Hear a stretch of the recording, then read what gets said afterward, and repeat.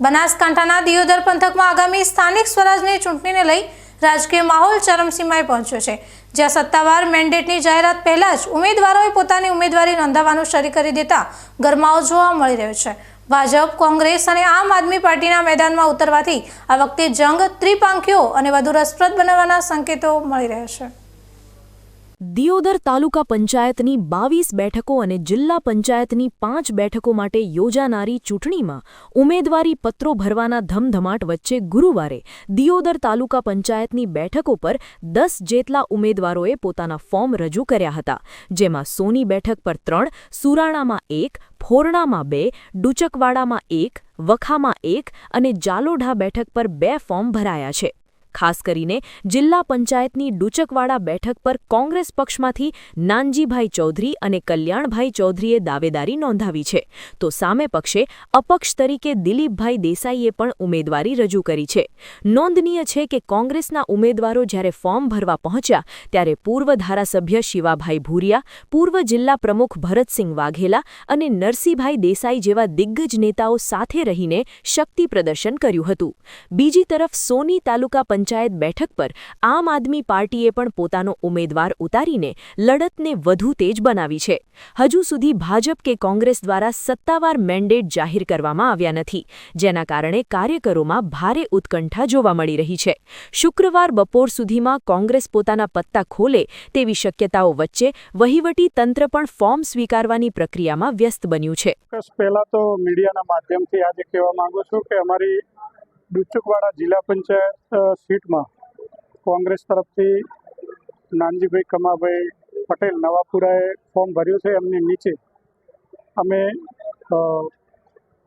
જાલોઢા તાલુકા પંચાયત સીટની અંદર અમારા પૂર્વ ધારાસભ્ય મુરબ્બી શિવાભાઈ ભુરિયા સાહેબના સુપુત્ર નારણભાઈને ફોર્મ ભરાયું છે। બીજા પણ અન્ય ઉમેદવારને ફોર્મ ભરાયું છે। એ રીતે અમારી સોની તાલુકા પંચાયત સીટમાં પણ અમે 2 ફોર્મ ભરાયા છે, બાબુભાઈ ચૌધરીને એક અન્ય અમારું।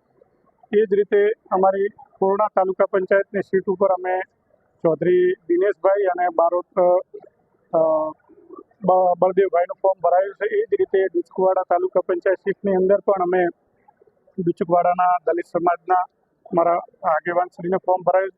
એટલે જે રીતે ડુચકવાડા જિલ્લા પંચાયતનું આજે અમે સંપૂર્ણ 4 તાલુકા પંચાયત અને જિલ્લા પંચાયતના ઉમેદવારનું પણ નોમિનેશન કર્યું છે। સાથે સમગ્ર દિયોદર તાલુકાની અમારી 5 જિલ્લા પંચાયતની સીટની અંદર તાલુકા પંચાયત અને જિલ્લા પંચાયતની અંદર દરેક સમાજનું પ્રતિનિધિત્વ સચવાઈ રહે એ રીતે અમે સંકલન કરી અમારા બધા જ આગેવાનો મુરબ્બી શિવાભાઈ ભુરિયા સાહેબના નેતૃત્વમાં એક થઈ અને અમે બધા દરેક સમાજને નેતૃત્વ મળે, એમાં ચૌધરી સમાજ હોય, ઠાકોર સમાજ હોય, દલિત સમાજ હોય, દરબાર સમાજ હોય, અઢારે આલમ બધાને અમે રબારી સમાજ હોય, નાનામાં નાના સમાજને પણ અમે પ્રતિનિધિત્વ આપવાની આ વખતે પૂરતો પ્રયત્ન દિયોદર અને લાખણી વિભાગમાં કર્યો છે। અને જે રીતે હાલ બનાસકાંઠા જિલ્લા અને વાવથરા જિલ્લાની પરિસ્થિતિ જોઈએ તો સદંતર છેલ્લા 3 વર્ષથી જિલ્લા પંચાયત તાલુકા પંચાયતની ચૂંટણીઓ ના આપીને લોકોમાં એક ભયંકર અસંતોષ। તમે લોકસભાની ચૂંટણીની પેટા ચૂંટણી ખાલી થાય તો ભારતીય જનતા પાર્ટીની સરકાર 1 મહિનાની અંદર ચૂંટણી કરી દે। તમે જુઓ આજે ઉમરેઠની અંદર 1 મહિને, જ્યારે 3 વર્ષ તમે જિલ્લા પંચાયતનો નાગરિકોનો અધિકાર છીનવ્યો છે, એનો આક્રોશ સમગ્ર દિયોદર અને સમગ્ર વાવથરાના પંથકમાં છે। અને ખૂબ સારા વાતાવરણમાં યુવાનો, વડીલો, માતાઓ, બહેનો દરેક સમાજને અમે પ્રતિનિધિત્વ આપી રહ્યા છે। એટલે કોંગ્રેસનો સારો માહોલ છે અને ચોક્કસ આ વખતે જિલ્લા પંચાયતની 5 સીટ અને 22 તાલુકા પંચાયતની સીટો કોંગ્રેસ કબજે કરશે। સ્થાનિક સ્વરાજ્યની સંસ્થાઓ લોકશાહી વિકેન્દ્રીકરણનો પાયો છે। સામાન્ય જનતા અને નીચલા વર્ગના તમામ વર્ગના જનતા માટે ગ્રામ પંચાયત, તાલુકા પંચાયત અને જિલ્લા પંચાયત ખૂબ જ મહત્વની બની રહી છે।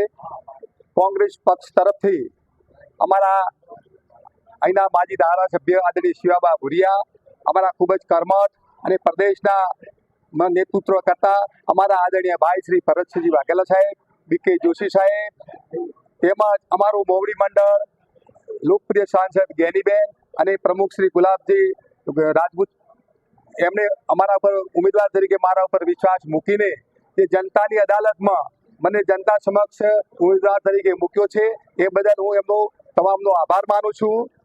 ખાસ કરીને કે સેવા અને સમર્પણના ભાવથી જનતાના દિલ જીતીને જનતાના દિલ ઉપર રાજ કરવા માંગુ છું. તમામ સમાજો સાથે ભાઈચારો કેળવીને હું ખૂબ જ નમ્રતા અને વિવેકના ભાવથી સેવા એ પરમો ધર્મ, જનસેવા એ પ્રભુ સેવા શરૂઆતથી જ આ આદર્શ મેં સ્વીકાર્યો છે.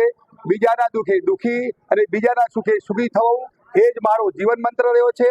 અને એ જ ભેદના સાથે હું પ્રજા સમક્ષ જઈને લોકોના દિલ જીતીને લોકોમાં વિશ્વાસ મેળવીને હું આ ડુચકવાડા જિલ્લા પંચાયતમાં જનતા મને આશીર્વાદ આપશે.